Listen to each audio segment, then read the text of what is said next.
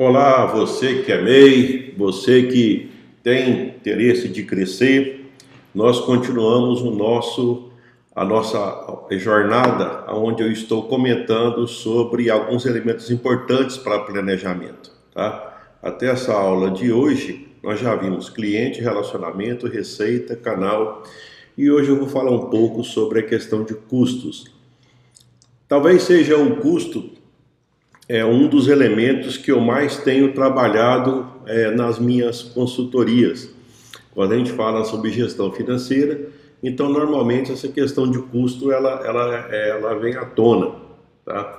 E de certa forma agora me passa pela cabeça é o seguinte, eu estou lembrando agora o que está sobre o meu controle e o que não está sobre o meu controle, usando uma expressão diferente.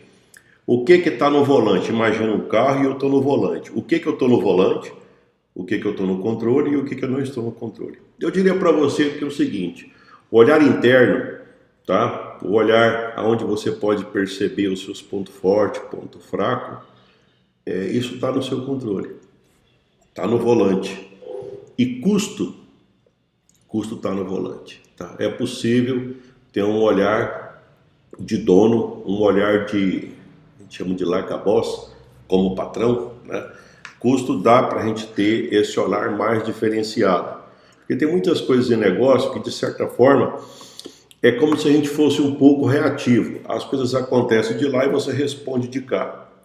Tem coisas que você está no volante, que você pode ter a proatividade, que você pode ter a iniciativa, né? A proatividade é um hábito muito interessante, aonde você pode melhorar a cada dia, tá? Então, no caso de custo, a gente pode, até tem vídeos meus que eu já falei sobre inovação, a gente pode melhorar custo, tá? Eu diria até o seguinte, que custo, você pode ter um olhar especial para custo, no máximo a cada mês que você analisa o resultado do seu trabalho, do seu suor, do seu propósito, da sua empresa, você pode analisar como é que estão os custos, tendo em vista que você está no controle, tendo em vista que você sabe onde você é forte, onde você é fraco, e você pode aumentar a sua força e, de certa forma, diminuir sua fraqueza, porque você está no controle desse elemento, dos elementos custo, tá? Aqui não vale, por exemplo, analisar custo como se fosse para você, por exemplo, ser um consultor como eu sou agora, ou para você pegar e ser um especialista na área financeira. Não, não é para isso. A ideia minha aqui é o seguinte, é que você aproveite os conhecimentos de custo para você interferir aumentando o seu lucro, tá? Então, muito mais importante que às vezes assim, saber nomes específicos, nomes formais, conhecer detalhes muito profundos do idioma da gestão financeira, da contabilidade. Eu diria que aqui é mais importante você entender aonde você tem maior poder de influência, você tem o maior poder de mudar e aonde não tem. A gente poderia começar o seguinte, quando você faz um planejamento, que nós estamos seguindo essa sequência aqui, tá? Então a primeira coisa que eu imagino no planejamento é o seguinte, qual vai ser o meu custo? Mas só que nesse custo aqui, tá? Para nós que estamos conversando com quem é de negócio, é quanto vai custar para esse negócio. É como se você imaginar o seguinte, ó, nós já falamos de receita. Então, aquilo que eu estou pensando em fazer entra tanto e aquilo que eu estou pensando em fazer eu vou ter que aplicar um tanto. Quanto é que eu vou ter que aplicar? Qual vai ser o custo dessa aplicação? Então, é nesse sentido que eu estou falando. Então, provavelmente, a gente vai ter, eu imagino, um certo custo de aquisição de alguma coisa. Se você vai revender, você vai ter que comprar, você vai ter um custo, tá? Esse custo vai ser variável, tipo assim, tá no seu, de alguma forma você tem influência sobre o valor desse curso, não muito, às vezes, né, nesse primeiro, mas você também tem influência sobre ele, tá? E depois você vai seguir, vai revender ele. Ou às vezes pode ser um custo que vai ser utilizado, é um produto, é um insumo que você vai usar no seu serviço, tá? Vamos lembrar uma coisa bem simples. Se você é um encanador, tem alguns equipamentos, alguns insumos que você utiliza, um guarda-rosca, que você utiliza no seu serviço, tá? Então você tem esses custos, tá? Perfeito. Então o custo já seria um elemento que eu poderia analisar como dono, tá? Esse custo de aquisição de alguma coisa para que eu possa ter um produto ou um serviço pronto para ser comercializado. E até chegar nesse ponto eu vou ter que acrescentar o valor desse custo. Eu vou chamar de despesa, tá? Então nós teríamos algumas despesas que podem acontecer dependendo do ramo de negócio. Tá? Eu posso ter despesa com maquininha de cartão, eu posso ter despesa com alguma comissão, tá? Eu posso ter despesa frete. Essas despesas elas variam, tá? Se você não vende nada, elas não existem. Se você vende mais, elas crescem na proporção da sua venda, tá? Essas despesas variáveis você também tem, vamos chamar dessa forma, você tem controle sobre elas. De alguma forma você tem controle sobre elas, né? Vamos comentar também o que a gente poderia fazer nisso aí. E nós temos as despesas fixas, né? Nos negócios que são presenciais, a gente pode lembrar que nós vamos ter água, luz, telefone, nós vamos ter o prédio, provavelmente aluguel, tá? E essas despesas elas têm uma característica que elas não mudam com o faturamento diretamente. É tipo assim, se você não vender nada, você tem que pagar. Se você tem um funcionário, você tem que pagar, tá? Então é bom separar esses três grupos de despesa, aonde vai o seu dinheiro, né? Eu vou chamar de o primeiro item de custo, é o custo de aquisição de alguma coisa, as despesas variáveis e as despesas fixas, tá bom? Quando você vai fazer o planejamento, eu diria para você o seguinte: quanto mais claro, quanto mais preciso essas informações estiverem, eu diria para você que a sua jornada ela tende a ter um sucesso, assim, né, até mais possibilidade de sucesso. Agora, quando você se surpreende, mas esse custo não estava previsto, mas essa despesa eu não sabia que existia, esse custo fixo eu não sabia que existia, ou eu não sabia que era nesse volume. Então, é como se eu estivesse dizendo o seguinte: você está com muitas surpresas, tá? O que é a surpresa nesse aspecto? Se a surpresa for grande é porque não foi planejado, tá? Normalmente, planejamento, aqui eu vou lembrar de uma tirada de Maquiavel, que ele fala o seguinte: é certo que planejamento a gente acerta em torno de 50% das coisas, tá? Mas vou te falar uma coisa: acertar 50% é bem melhor do que você não saber nada do que acontece em 100%. Olha só que sacada interessante. Quer dizer, então quando eu planejo, eu tenho condição de prever, segundo esse pensamento dele, até 50%. Olha que fantástico, tá? Mas eu acho interessante isso aí. É tipo assim, porque na pior das hipóteses, planejar é um bom negócio. Entendeu? Eu nunca vi alguém dizer que planejar não é um bom negócio. Então, se você souber quais são os seus custos, tá? Isso ajuda muito, tá? Na largada. Por quê? Porque você já vai sair e você já vai fechar aquilo que eu falei no item anterior. Bem, se eu sei qual que é uma receita provável e se eu sei do outro lado qual que é a minha despesa, então eu já tenho uma expectativa do que eu vou colocar no bolso, tá? Agora, quando eu vou para o negócio e que eu não consigo enxergar uma sobra, eu tenho defendido a ideia é o seguinte: olha, esse negócio não te merece, pensa mais um pouco, cria um novo protótipo, pensa tudo novamente, tá? Você só dá a largada na hora que você percebe que a direção está correta. Por quê? Porque a direção é mais importante do que a velocidade. Eu tenho defendido isso em vários vídeos meus, eu tenho defendido essa ideia. Ainda mais para você que está na situação de MEI, quer dizer, se é MEI é porque está começando, então é necessário, vamos dizer assim, pegar o conhecimento de muitas pessoas que já têm, tá? E daquelas que deram certo, tá? Para que você possa aumentar a eficiência na hora de você analisar, na hora de você montar o seu próprio negócio. Em relação a custo, eu diria para você o seguinte: você vai ter um custo inicial esse custo eu vou dizer para você que ele tende a ser menor do que aquele que você está planejando. Por quê? Porque tem um detalhe que acontece quando você está com o negócio já em andamento, que é a sua experiência. É que você, de certa forma, é como se o negócio ele fosse ciclos. E o negócio tem que funcionar como um ciclo. Por quê? Porque é mais ou menos o seguinte, você faz, confere, tá? Então, nesse ciclo de fazer e conferir, a cada conferência você valida aquilo que dá certo, aquilo que deu certo e continua fazendo, e você deixa de fazer o que não dá certo ou muda a forma de fazer aquilo que não deu certo. Tá? Então, por isso que é importante ter ciclos, porque no ciclo você consegue parar, analisar. E na hora que você para, aí então você diz, isso aqui eu vou continuar, isso aqui eu não vou continuar.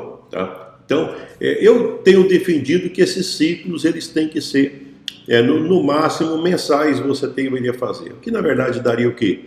12 ciclos de conferência por ano, o que, de certa forma, se você for analisar bem, eu passei um ano, eu conferi 12 vezes a minha empresa, assim, uma conferência profunda, né? Eu acho ainda até pouco, mas tudo bem, mas eu acho que isso aí já vamos dizer assim, já é algo que já permite você aumentar muito a eficiência. Por quê? Porque a maioria das pessoas, às vezes, nunca confere. Elas ficam meio do tipo, nossa, eu não sei o que está acontecendo e nunca vai saber. Tá? Por quê? Porque não parou, não criou um dia para analisar número, né? Então aí não vai ter. Então esses números que você vai ter dos seus custos, esse inicial, esse do planejamento, ele vai ter um tanto, tá? Eu diria para você o seguinte, esse custo ele vai ter que mostrar que quando comparado à receita, já sobra alguma coisa para você, tá? Então já tem alguma coisa, né? Já tem alguma coisa para colocar no seu bolso, tá? E você consegue de alguma forma baixar custo. Mas no planejamento, nesse momento, é claro que você não vai baixar nada. Nesse momento você está, tipo assim, calibrando. Será que compensa eu colocar o pezinho na água? Será que compensa eu seguir esse caminho? Será que compensa eu pegar e colocar aqui meu esforço, tá? Colocar o meu trabalho nesse projeto? Então, essa ideia desse custo, onde você vai pegar o custo de aquisição de produto ou de serviço, as despesas variáveis, as despesas fixas, e olhar se compensa. Tá? Olhar se compensa. Depois, você vai ter um outro momento aonde você vai perceber que você pode interferir nesses custos. E aí é que eu falo que é importante quando eu falo de custo, eu costumo defender a ideia de que dono ele tem que ter um pensamento diferente. Tá? E até eu diria o seguinte, como eu converso com muitos donos, tem muitos donos que eles fazem as coisas e eles delegam outras coisas. Então, por exemplo, conhecer profundamente cada uma das áreas técnicas, tá? Isso eu diria que é mais por conta do técnico. O empreendedor, ele conhece o importante para ele entender e para ele poder delegar e, oportunamente, conforme o tamanho, ele vai chegar à conclusão, olha, pelo meu tamanho, pela minha condição, por enquanto eu tenho que fazer. Mas no dia que eu crescer mais um pouquinho, eu vou deixar de fazer. É como se você imaginasse alguém que monta um negócio e no início ele tem que fazer a limpeza. Tá? Ele acorda, ele levanta a porta, ele pega e faz a limpeza do comércio. Quando o comércio cresce mais um pouquinho, provavelmente ele já vai contratar alguém para fazer a limpeza. Tá? E às vezes, dependendo do tamanho do comércio, alguém até que vai abrir a porta e fechar a porta. Certo? Então, à medida que o comércio vai crescendo, o negócio vai crescendo, ele tem essa cabeça que ele percebe o momento de virar a chave. Olha, agora isso aqui eu não faço mais, mas eu posso controlar. Por exemplo, eu não vou mais limpar, mas eu sei o que é uma coisa limpa. Tá? Eu não sei, por exemplo, eu sei que agora eu vou delegar para abrir a porta, mas eu sei o horário que tem que abrir, o horário que tem que fechar e como é que tem que ficar o cadeado lá, os equipamentos para não perder nada. E a pessoa, se ela é de confiança ou não, para não esquecer a porta aberta. Tá? Essas coisas são de empreendedor. Essa preocupação com cada detalhe e também com as pessoas. Né? Se as pessoas são de confiança, se já está na hora de delegar e se ele não vai ter problema por conta disso. Problema sempre vai ter, mas na verdade é uma outra forma de pensar o seguinte, empreendedor ganha porque ele resolve problema. todos os problemas, tá? Do cliente e depois até dos internos, que são os problemas internos que a empresa tem com funcionários, relacionamentos e por aí vai. Bem, a questão do custo, é o seguinte: eu costumo defender a ideia de que custo você pode baixar custo. Você pode baixar custo. Então esse custo do projeto vai ser um pouco mais alto, tá? Mas nós vamos ter que baixar esse custo. Então vamos pegar, por exemplo, o primeiro custo, o custo de aquisição de produto. Tá? Provavelmente o primeiro custo que você vai ter vai ser um custo mais caro. Por quê? Porque você não vai comprar escala grande. É como se dissesse o seguinte: já que eu estou fazendo um protótipo do negócio, então como é que eu vou comprar uma grande quantidade? Eu nem sei se vai vender, eu não sei se é daquele modelo que o cliente quer, eu não sei se é naquela quantidade que o cliente quer. Então provavelmente eu vou ter que comprar numa escala pequena. E eu vou comprar de alguém que em princípio não me conhece. Tá? Nunca não tivemos relações comerciais assim a ponto de comprar. Tá? Então, provavelmente vai ser uma compra vai ser menor, porque eu estou fazendo um protótipo ainda. Mesmo quando você começar o negócio, na hora que você faz todo o planejamento, eu percebi no papel que deu certo. Agora eu já monto um projeto grande? Não, você vai montar um projeto pequeno para validar o que estava no papel. Lembra que eu falei que 50% das coisas mais ou menos você controla, o resto vai ter surpresa? Então, isso vai aparecer na hora que você colocar o pé na água. Na hora que você pegar e for para o campo de batalha, vai aparecer coisas que não vão bater com o que estava no papel, tá? Então você vai ter surpresas, tá? Então, você vai comprar produtos mais caros. Você vai comprar uma escala menor e produto mais caro. E você ainda corre o risco de comprar coisa que depois você não vai conseguir revender. Tá? E se eu te falar, Levi, mas acontece isso? Bem, eu vou te falar que tem dois tipos de pessoas. Tem uns que querem crescer nos negócios, que tem a humildade de entender que é assim que funciona. Tem outros que falam, por exemplo, não, isso não acontece comigo. Eu te falo o seguinte: quem pensa que só vai nadar de braçada, tudo vai dar certo, é porque nunca montou negócio. Tá? É porque não tem experiência. Se tivesse experiência, ia fazer igual eu estou falando. Cara, tá? É assim que funciona, mas você aprende. Tá? Então você vai lá e compra, só que aí você já pode ver o seguinte: tem muitos fornecedores que vendem aquilo, porque eu posso comprar, eu não posso ficar na mão de um. Tá? Esses negócios onde você fica na dependência de um, esse negócio não é bom. Tá? É bom você ter grande quantidade de fornecedores, ou maior quantidade. O ideal, é claro, isso aqui, já que a gente está falando de planejamento, o ideal seria o seguinte: que eu tivesse fornecedores que eu pudesse escolher e que eu tivesse do outro lado também clientes que também eu pudesse escolher. Qual que é a lógica? Eu tenho que escolher um grupo de clientes que eu consigo atender muito bem, que eu consigo atender acima da média, porque eles percebem meu trabalho, e eu representando esses clientes eu tenho uma força, tá? Porque agora sou eu, mais tantos clientes que eu represento, negociando com o fornecedor. Então eu poderia ter uma força muito grande de negociação com esses fornecedores. Tá? Isso seria o ideal. Tá? Uma outra coisa também é o seguinte: eu já falei em outros vídeos, aquilo que eu vou fazer, todo mundo faz, ou eu faço de uma maneira diferente. A barreira de entrada tipo assim, é difícil fazer o que eu vou fazer, ou qualquer um chega e já vai montando. Tá? Então, se eu tiver condição de ter um fornecedor de alguma coisa, tá? Normalmente é uma decisão que ao longo do tempo você vai perceber qual que é o caminho a ser seguido. Né? Se é, por exemplo, trabalhar com um produto mais para custo, que eu acho muito difícil. Tá? Por quê? Porque vocês têm tamanho pequeno. Tá? Quem trabalha com estratégia de custo, normalmente atacarejo, né? O atacado e varejo. Você já viu aquelas lojas grandes que você vai lá, se você comprar um produto, custa um tanto. Se você comprar 10, custa um outro preço. E você chega lá nesses atacarejos, tá os pequenos produtores todos comprando lá. Por quê? Porque é mais prático, ele vai lá, ele compra a quantidade que ele quiser, ele compra no atacado, tá? Mas não tem embalagem, não tem nada. Os atacadão, eles estão em todas as cidades. Essa cidade é um pouco maior, quer dizer, eles têm estratégia de custo. Como eles vendem em grande quantidade, eles podem baixar custo. Acho pouco provável que alguém que seja MEI vá utilizar estratégia de custo. Não é estratégia para você. para você estratégia de diferenciação. E de alguma forma, naquele produto que você está vendendo, você tem que colocar o seu serviço.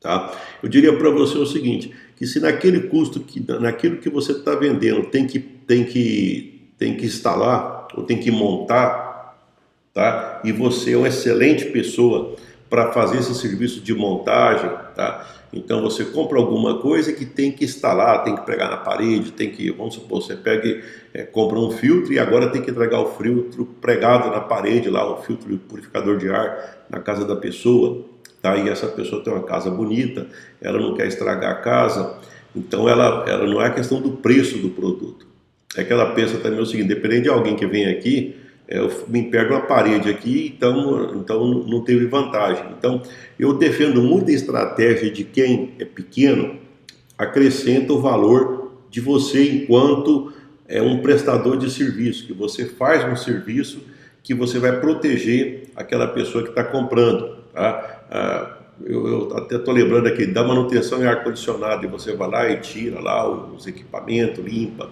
passa um antifúngico, faz alguma coisa, é um serviço. Tá?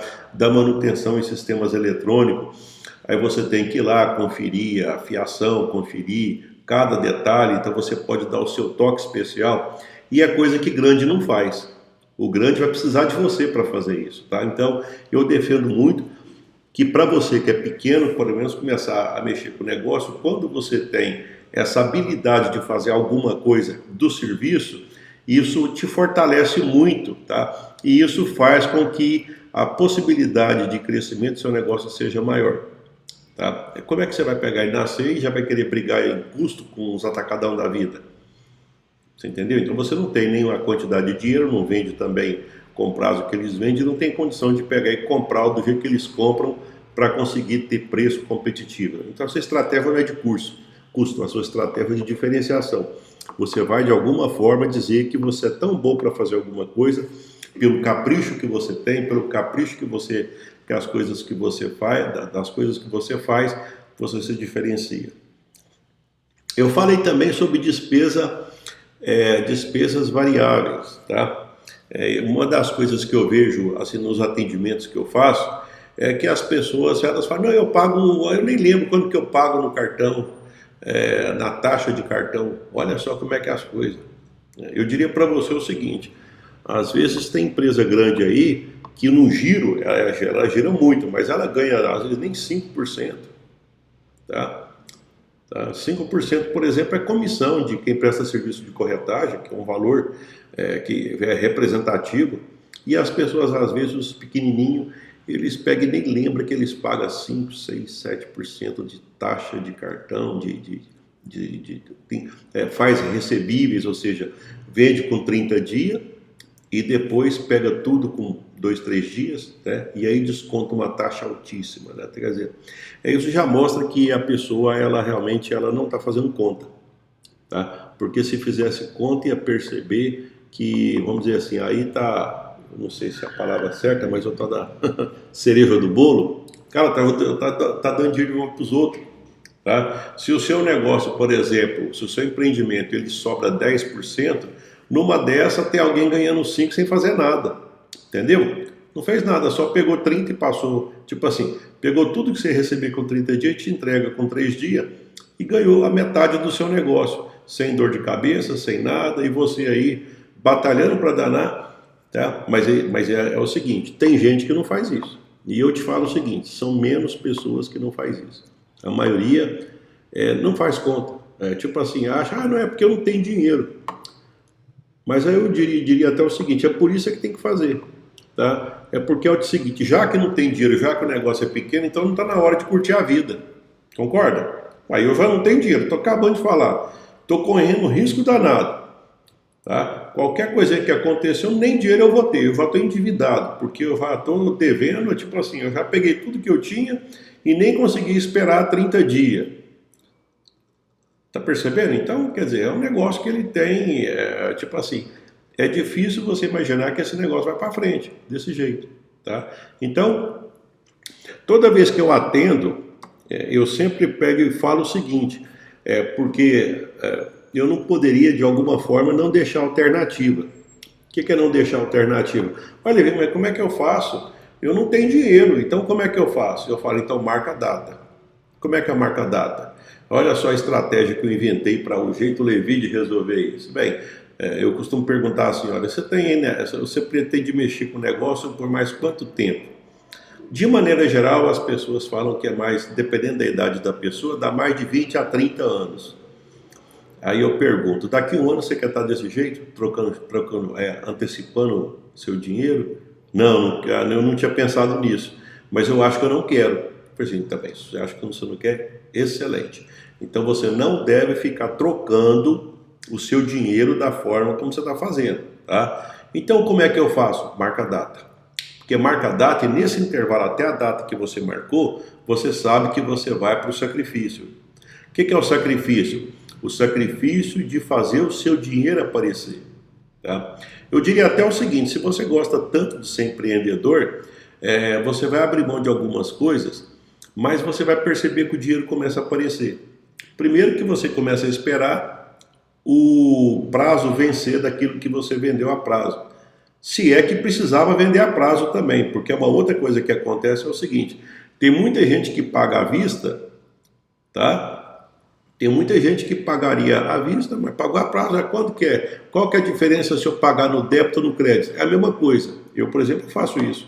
Bem, então se você falar para mim que no débito e no crédito é a mesma coisa, e eu sei que no crédito depois me rende viagem, me rende milhas, que depois eu posso comprar passagem, recentemente eu comprei uma passagem de R$ 1.500 de São Paulo para Goiânia, e de volta de Goiânia para São Paulo, eu paguei 1.500 e poucos reais. Só que eu não paguei. Eu tinha ponto no cartão e aqueles pontos foram suficientes para pegar e cobrir essa passagem. Entendeu? Então, quer dizer, não tem vantagem nenhuma eu ter que ter. Então é melhor comprar no crédito, que lá no crédito me rendeu, olha só, a quantidade de coisa que rendeu, deu R$ 1.500 de crédito, tá? Na compra de uma passagem. Vamos imaginar que você pague numa maquininha 4%, 5%. E se você desse um descontozinho para o cliente, para ele pagar à vista de 2%? Olha, eu te vendo, é esse preço para pagar com 30 dias, mas se você pagar à vista, eu te dou um descontozinho de 2%, fica bom? Pronto. Se fosse eu, que sou Mushiba, já estaria pronto, já fiquei satisfeito, já deu um agradozinho para mim. Então, eu faria o negócio perfeitamente. Tá? Então, essa parte de custo, tem muitas alternativas, é o que eu te falo, você vai nesse projeto inicial, você vai conseguir, tá? Tipo assim, abaixar, certo? Você pode abaixar. E por último tem o custo fixo, né? Tem o custo fixo, que são aquelas estruturas que se vendeu, paga. Se não vendeu, paga também. Eu diria para você o seguinte, que essa estrutura de custo fixo, tem muitas pessoas que às vezes estão em casa, eu já atendi muitos isso. Eles estão em casa e vendem, por exemplo, às vezes vende roupa de porta em porta, tá? E chega uma hora que já quer pegar e comprar e montar uma empresa lá no centro da cidade, aonde tá todas as lojas. E hoje em dia, isso há muito tempo atrás não tinha, as pessoas elas andavam a pé, agora elas andam de carro. E de maneira geral, no centro das cidades, não tem mais vaga para carro. Tá? E depois aí você coloca a sua empresa no local onde o ponto comercial é muito caro e aonde não tem lugar de estacionamento e você não tem estacionamento próprio. Olha só o que vai acontecer. Você criou um problema para o seu cliente, porque às vezes não vai conseguir parar o carro para ir lá, e tem que lembrar que às vezes, dependendo do ramo de negócio, vai ter mais visita. Às vezes vai ter uma primeira visita, que normalmente as pessoas às vezes não compram da primeira vez, ela vai dar uma olhada, dá uma volta em outras lojas, depois volta na sua, tá? E depois vai que tem que fazer algum tipo de, por exemplo, fazer barra numa calça, vai que tem que ter um segundo momento, tá? E aí essa pessoa tem que voltar lá. E na hora que volta normalmente, ela volta às vezes no momento de rush, de muito movimento de carro, e ela não consegue parar. Tá vendo o problema? Então, na hora de você estabelecer custo fixo, tem que tomar cuidado com isso aí. Uma outra coisa também na hora de estabelecer custo fixo, o custo das folhas de pagamento. A folha de pagamento ela tem que ter um comportamento, o Paulo Lemann, que é um dos empreendedores respeitáveis do Brasil, ele fala o seguinte, que a folha de pagamento na empresa, ela cresce assim, ó. Ela vai crescendo. E a receita é aqui, ó. Aí você fala assim, mas por que acontece isso? Tá? É que existe alguma coisa dentro das empresas que acha que se paga mais porque a pessoa é boa, mas desvinculado do faturamento. É como se dissesse o seguinte, uma empresa que fica um ano vendendo a mesma coisa, no final do ano a folha de pagamento é mais cara. Olhando pelo foco do cliente, do funcionário, você diria, não, mas está reconhecendo, tudo bem. E olhando pelo foco da empresa? A empresa que tem que manter, inclusive, ele. Mas se essa empresa cada dia está sobrando menos lucro, como é que isso? Isso não é sustentável. Na verdade, o que faz, por exemplo, de alguma forma, o crescimento da folha de pagamento a partir de uma base, ele tem que estar amarrado ao faturamento. Tá? Então, os pagamentos, eles têm que ter um elemento fixo, normalmente aquele que atende à lei, e a outra parte ela é variável conforme o mérito, no sentido de crescer o faturamento, não de crescer o faturamento, mas de crescer o lucro da empresa. Eu te falo isso pelo seguinte, quando eu tinha empresa, loja de produto agropecuário, então, no início eu não tinha pensado nisso, mas eu fazia uma promoção de sal branco e eu pagava comissão do mesmo jeito que eu pagava comissão de um produto que dava lucro. E o sal eu colocava ele para torrar, entendeu? Eu comprava tipo assim, um caminhão de sal e eu torrava metade e ficava com a metade.